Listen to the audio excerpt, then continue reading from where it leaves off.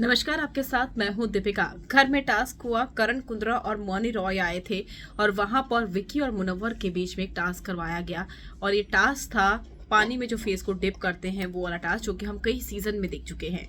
मुनव्वर ने किया मनारा और अंकिता के साथ और विक्की ने किया यहाँ पर ईशा के साथ और खानजादी के साथ। लेकिन जब टास्क में एक सवाल पूछा गया था, वहां पर एक बार फिर अंकिता और विकी की अनबन देखने को मिली और उस अनबन का फायदा कहीं ना कहीं ईशा उठा रही थी।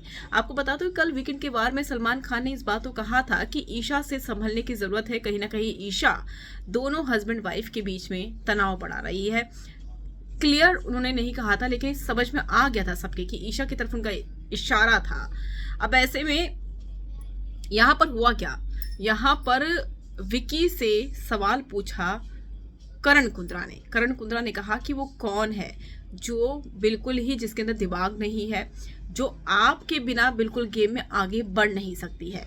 तो हैरानी की बात यह है कि विकी ने खानजादी का चेहरा जो था, फेस जो था, वो पानी में डिप कर दिया, जबकि ईशा का फेस डिप करना चाहिए था और इस पर अंकिता ने ऑब्जेक्शन उठाया। अंकिता ने कहा कि यहाँ पर ईशा का करना चाहिए था, क्योंकि खानजादी शुरू से लेकर अंत तक तो नहीं, शुरू से लेकर अब तक वो इस गेम में खुद के बलबूते पर है, खुद के पॉइंट ऑफ व्यू है, खुद की एक इश्यूज है उनके पास, लेकिन ईशा के पास नहीं है। तो विकी को ईशा का नाम लेना चाहिए था और अंकिता ने ये बात डंके की चोट पर बोल दी, जो कि ईशा को चुभ गई।